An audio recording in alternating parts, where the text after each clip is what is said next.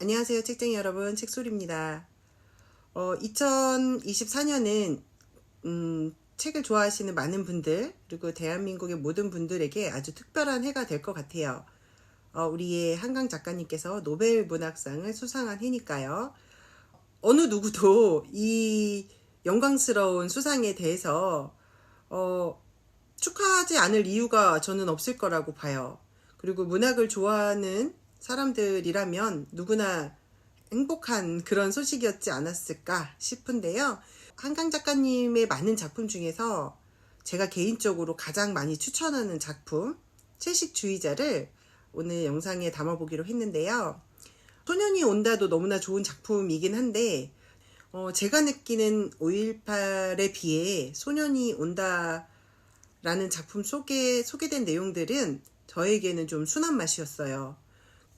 제가 느끼는 5.18은 이 소년이 온다라는 작품 속에 있는 내용보다 더 끔찍한 폭력이었고 좀 더 고통이었고 조금 더 큰 슬픔이었다고 생각이 들어서 제가 소년이 온다라는 작품을 봤을 때는 굉장히 순하게 좀 표현이 되었다라는 생각이 저는 개인적으로 들더라고요.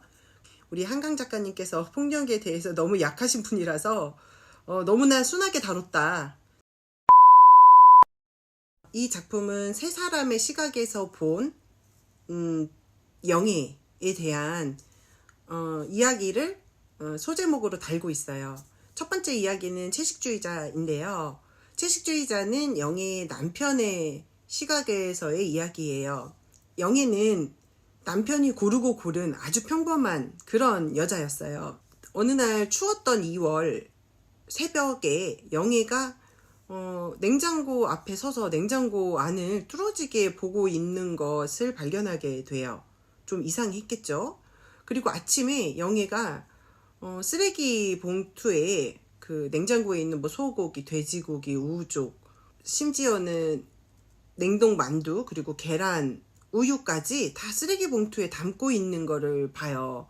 남편이 봤을 때는 좀 이상했겠죠? 그래서 왜 그러는 거냐고 물어보니까 영애가 그저 꿈을 꿨어 라고만 말하고 선언 아닌 선언을 해요. 자기는 이제 고기를 먹지 않을 거다. 뭐 크게 문제가 있겠어요? 자기는 본인은 나가서 육식을 할 수 있으니까 뭐 크게 문제가 되지 않을 거라 생각했는데 하루하루 영애가 말라가요. 점차 말라가는 아내 장인 장모에게 이 남편은 이제 고자질 아닌 고자질을 하죠. 영애가 고기를 먹지 않는다고. 그러니까 또 장인이 얘가 왜 안 하던 짓을 하는지 모르겠다. 자네 볼 면목이 없다. 뭐 이렇게 얘기를 해요. 딸이 고기를 안 먹는다는 게 무슨 큰 죄인지는 잘 모르겠으나 이렇게 통화를 하고 얼마 후에 처형 집에서 집들이가 있었어요. 거기서 온 식구들이 영애에게 고기를 먹이려고 아주 아양을 떨어요. 뭐 고기 한 점 먹어봐라. 너 예전에 굴 좋아했었잖아. 막 이러면서 막 한 점씩 막 권하는데 영애는 도리도리. 아버지가 탕수육 한 점을 들고 먹어보라고 권유를 계속 하는데 영애가 계속 거부하자 아버지가 약간은 강제로 고기를 먹이려고 해요. 당연히 영애는 거부를 했고 아버지가 아주 화가 났는지 영애의 뺨을 온 식구들이 있는 데서 내리쳐요. 당황스럽죠. 보는 저도 굉장히 당황스러웠었는데 그러면서 고집이 왜 이렇게 세냐면서 다시 이제 그 사위하고 아들에게 그러니까 영애의 동생이죠. 영애 팔 잡으라고 그래서 이제 영애를 강제로 결박하고 영애의 입에 아주 짓이겨요. 그 혼란한 틈에 그 교자상에 있던 칼로 자신의 팔을 그어요. 이렇게 채식주의자는 영애를 정신병원에 넣는 것으로서 그리고 영애가 남편한테 이혼을 당하는 거죠. 그렇게 해서 이야기가 끝이 나고 두 번째 파트는 몽고반점인데요. 몽고반점 뭔지 아시죠? 우리 태어날 때 엉덩이에 조그맣게 달고 있는 파란 점. 정확하게 영애 형부의 직업에 대한 명칭이 나오진 않지만 제가 봤을 때 포토그래퍼가 되지 않을까? 이 정도 생각이 들어요. 여튼 이 남자는 그 자기가 항상 생각해 오던 그 머릿속에 있는 스케치를 떠올리면서 그와 비슷한 공연이 있을 때마다 막 찾아다니는데 매번 실망을 하게 돼요. 자기의 스케치와 오늘 본 공연이 만족스럽게 이렇게 매칭되지 않는 거죠. 그렇게 어느 날 또 공연을 보고 실망을 하고 집에 돌아와서 5살 된 남자아이의 목욕을 시켜주는데 물기를 제거하고 있는데 아내가, 그러니까 영애의 언니가 그렇게 얘기를 해요. 와, 5살인데 아직도 몽고반점이 없어지질 않았네 하면서 뭐 이거 할 말도 아닌 것 같은데 뭐 처제 이야기를 세상에 형부 앞에서 하긴 우리 영애는 20살 때까지 엉덩이에 몽고반점이 있었어. 아마 지금도 있을 것 같아. 뭐 이런 얘기를 하니까 번뜩 이 형부라는 이 남자가 머릿속에 자기가 그동안 스케치해왔던 그 모습에 그 처제의 엉덩이에 있는 몽고반점을 연관시키면서 그 파란 몽고반점, 그 성인이잖아요. 여인. 소녀가 아닌 여인의 몸에 있는 그 자연적으로 생겨난 그 몽고반점과 거기에서 파생되는 이런 어떤 자기만의 스케치랑 그런 거를 연관시키면서 이 쓸데없는 욕구 같은 것들을 막 여기서 막 키워내요. 그리고 나서 어쨌든 영애는 지금 정상적인 컨디션이 아니잖아요. 정신적으로나 육체적으로나. 그러니까 정상적이지 않은 상태의 영애에게 고민을 하다 그 얘기를 하니까 영애가 받아들이는 거죠. 그래서 영애의 나체에 온갖 꽃과 식물의 줄기와 잎을 막 그려놔요. 영애가 되게 좋아하는 거예요. 그리고 나서 영애의 그런 어떤 그 그림이 그려져 있는 그 육체를, 나체를 다양한 각도로 사진을 찍고, 원래 이 남자는 그런 나체 그 사진, 그런 그림이 그려져 있는 남녀가 교합하는 거를 영상에 담고 싶었어요. 영애의 나체만을 담고 나니 자기에 채워지지 않은 욕구가 남아있잖아요. 교합이 빠졌으니까. 그래서 이 남자가 자신의 몸에 그림을 그리고 같이 교합하는 걸 영상에 담아요. 근데 이 모든 것들을 자기 부인인 영애의 언니 이내에게 들키는 거죠. 그렇게 이야기가 끝나는데 어쨌든 둘은 또 이혼을 하죠. 그리고 세 번째 이야기는 이 책을 보는 동안 그래도 우리 영애를 좀 이해하는 것만 같은 느낌이 드는 그런 이내 영애 언니의 시각에서 본 나무 불꽃이라는 작품인데요. 어느 날 그 병원에서 연락이 와요. 언니가 보호자이기 때문에 병원에서 연락이 와서 내용이 뭐냐면 지금 영애가 약도 주사도 거부하고 미음마저 거부한다. 이렇게 냅두면 영애의 생명이 위험하니 보호자가 와서 서명을 하셔라. 강제로라도 미음을 먹여야 된다. 그래서 언니가 병원을 갔는데 우리 영애가 물구나무를 서고 있네요. 그러면서 언니를 보고 아주 반갑게 웃으면서 언니 나는 나무가 될 거야 라고 얘기를 해요. 그래서 이제 의사랑 상담을 하고 영희에게 강제로라도 이제 튜브를 끼워서 미음을 좀 흘려보내려고 몸속에 넣으려고 하는데 영애가 완강히 거부해요. 그런데도 불구하고 어쨌든 또 결박을 하죠. 영애를. 완력으로 영애에게 그 강제했던 그런 행위들은 기어이 영애에게서 피를 보고는 멈추게 돼요. 이렇게 3개의 단편을 담고 있는 작품이었어요. 각기 다른 제목을 가지고 있지만 사실은 채식주의자, 몽고반점, 나무불꽃이라는 이 소제목은 모두 영애에 대한 표현이에요. 남편이 본 영애는 채식주의자고 형부가 본 영애는 몽고반점이고 언니가 본 영애는 나무불꽃이었어요.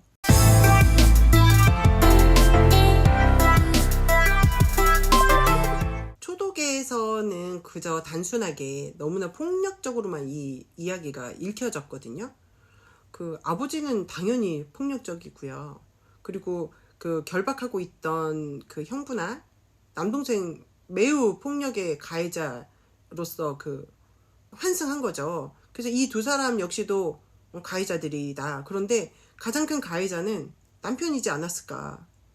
완전 남의 편이죠. 아내가 맡고 있고 그렇게 결박당해서 그 성인인 여인이 입에 그 탕수육이 짓이겨지고 있는 동안 남편의 태도가 너무 미웠어요. 저는 방관하는 자체가 저는 너무 폭력적이었고, 그리고 영희해가 자신의 팔을 그 칼로 긋는 장면이 어쩔 수 없었다라고 감싸주고 싶지만, 어쨌든 그런 극단적인 상황이 그 속에 그 방에 온 가족이 있었고 조카도 있었단 말이죠. 그래서 영희의 그 극단적인 그 선택이 너무너무 저는 너무 끔찍하고 너무 고통스러웠던 것 같아요. 두 번째에서는 살짝 모순도 보였어요. 그 영애가 그 육식을 거부하면서 육수로 만들어진 옹심이를 먹지 않는 장면이 나오는데, 그 뒤에 영애가 그래서 먹은 건 김치였거든요. 김치도 젓갈이 들어가지 않나요? 그리고 그 형부와의 그 몽고반점 씬에서 아이스크림 가게에서 아이스크림을 먹는 영애. 네, 저는 그래서 여기서 살짝 미소를 지었어요. 그리고 세 번째 읽었을 땐 채식주의자라는 말이 참 어렵다. 왜냐면은 이 책은 세 개의 이야기로 되어 있고, 그 이야기 중 하나의 소제목이 채식주의자이기 때문에 이 채식주의자는 소제목을 책의 제목으로 설정한 건데, 이 책에 대해서 사실 말이 많잖아요. 뭐 이렇다 저렇다 뭐 억가도 많고요, 솔직히. 그래서 이 채식주의자라는 거는 이 소제목의 하나일 뿐인데, 뭐 영애가 사실 영애는 다 읽고 나면 우리는 다 읽은 사람들은 알잖아요. 영애가 거부한 건 육식만이 아니었어요. 사실 모든 음식을 다 거부한 건데, 마치 채식주의자라는 그 주의자, 무엇을 되게 완고하게 뭔가를 배척하고 이렇게 하는 인물로 그 생각되고, 또 뭐 난해하다는 이유로 아예 뭐 읽으려는 시도도 하지 않는 그런 시각이 좀 생기는 것 같아서 조금 안타깝다라는 생각이 들었기도 하고, 그리고 네 번째 이제 마지막으로 그런 생각이 들긴 했어요. 그 의사 선생님이 굉장히 억지로 그 미음을 먹이려고 하는 장면이 되게 폭력적인 기도 했지만, 한편으로는 직업적 윤리로 그 어쨌든 자신의 일이잖아요. 자신의 환자가 죽어가는데 더더군다나 비정상적인 상태의 환자의 의견을 존중하여 미음을 그렇다면 먹지 않고 그냥 죽게 내버려 둬야 옳았을까? 영애는 여기 식도를 눌러서 그 주사바늘이 들어오는 것 자체를 아주 너무 지능적으로 차단했던 그런 아주 똑똑한 환자였거든요. 그러니까 이 약도 안 먹고 주사도 안 맞았고 모든 자기의 생명 연장을 위한 모든 행위를 다 거부했었기 때문에 이거 참 어렵다. 의사 입장에서 이거를 폭력으로 하기엔 조금, 처음에는 무조건 폭력이었는데 다시 읽을수록 의사가 참 안타깝다라는 생각이 조금은 들더라고요. 책 속에 중간중간 영애의 어릴 적 기억들, 그리고 영애가 꾸는 꿈들에 대한 이야기들이 나오는데요. 영애가 어렸을 때 아버지가 개를 잡는 그런 장면이 있어요. 굉장히 폭력적인 장면인데, 영애가 아직 어렸을 때인데 오토바이에 이제 그 개를 묶어서 하여튼 개를 잡아요.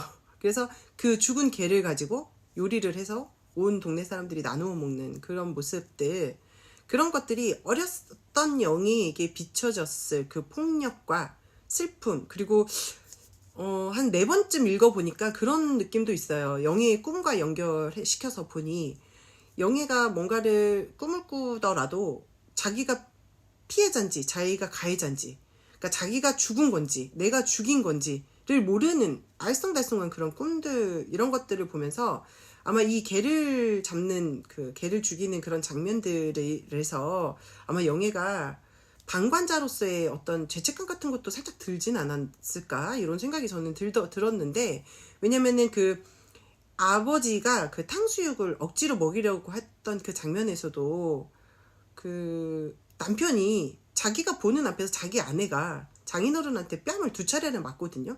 그런데도 제재하지를 않아요. 그러니까 그 상황, 그 탕수육을 억지로 그 영의 입에 넣고 짓이기던 그 상황에서 아버지는 말할 것도 없는 폭력 가해자였죠. 그리고 결박에 동참했던 뭐 동생이나 형부도 마찬가지고, 그리고 뭐 입으로는 하지 마이소 막 이렇게 하지 말라고 막 말리기는 하지만 방관자들, 이런 사람들도 사실은 영희에게 가해자였던 거잖아요, 폭력에 있어서. 그러니 개를 잡던 그 상황에서 그거를 말리지 못했던, 멈추게 하지 못했던 스스로에 대한 개에 대한 미안함이나 죄책감이 조금은 있었던 것 같아요. 영애는 병원에서 언니에게 말하거든요. 언니 나 이제 좀 있으면 나무가 될 것 같아 라고 얘기하면서, 자기의 미움이 들어오면 장기가 움직일 거잖아요. 자신의 몸 안속의 모든 장기마저도 영애는 동물적이라고 생각했던 것 같아요.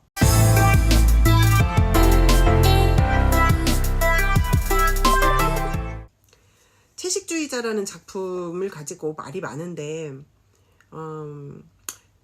제가 생각할 때는 문학이 그래서 너무 어려운 것 같아요. 무조건 우리나라 사람이어서 한강 작가님을 존경하는 것도 아니고요. 그리고 뭐 상을 받았기 때문에 이 작품을 좋은 작품이라고 말하는 것도 아니에요. 단순해요. 작가라는 분이 무슨 이야기를 하고 싶어 했는지에 대한 진정한 의미를 깨달으면 억가는 안 나올 것 같아요. 네, 저는 4번을 읽는 내내 같은 단어가 떠올랐었거든요. 폭력이라는 거, 끔찍하다는 거, 괴롭다는 거, 이런 감정이 뭐 너도 나도 다 똑같아요. 다만 그 폭력이라는 것에 대한, 그리고 이 폭력으로 인해서 한 인간이 얼만큼 고통스럽고 얼마만큼 자기를 파괴하면서까지 그 폭력으로부터 벗어나고 싶었는지를 읽을 수 있다면, 적어도 이 작품은 너무나 훌륭한 비유와 훌륭한 어떤 서사를 가진 그런 작품으로 기억되지 않을까 싶어요. 많은 작품 중에서 저는 그래서 채식주의자가 너무너무 마음에 들고요. 채식주의자를 너무너무 추천하고 싶어요. 사람들마다 아는 만큼 보인다고 했어요. 느끼는 만큼 느낄 수 있는 거라서 저는 이 작품을 어떻게 느끼고 어떻게 보이는지는 사람마다 다른데, 뭐 이런 다양한 시각, 작가인 한강 작가님께도 되게 기분 좋게 느껴지지 않을까 싶어요. 안 읽어보신 분들 꼭 읽어보시길 바라고, 한번 읽어보셨던 분들도 이번 기회에 또 읽어보셔요. 아마 다른 느낌이 전달될 거라고 생각됩니다. 감사해요.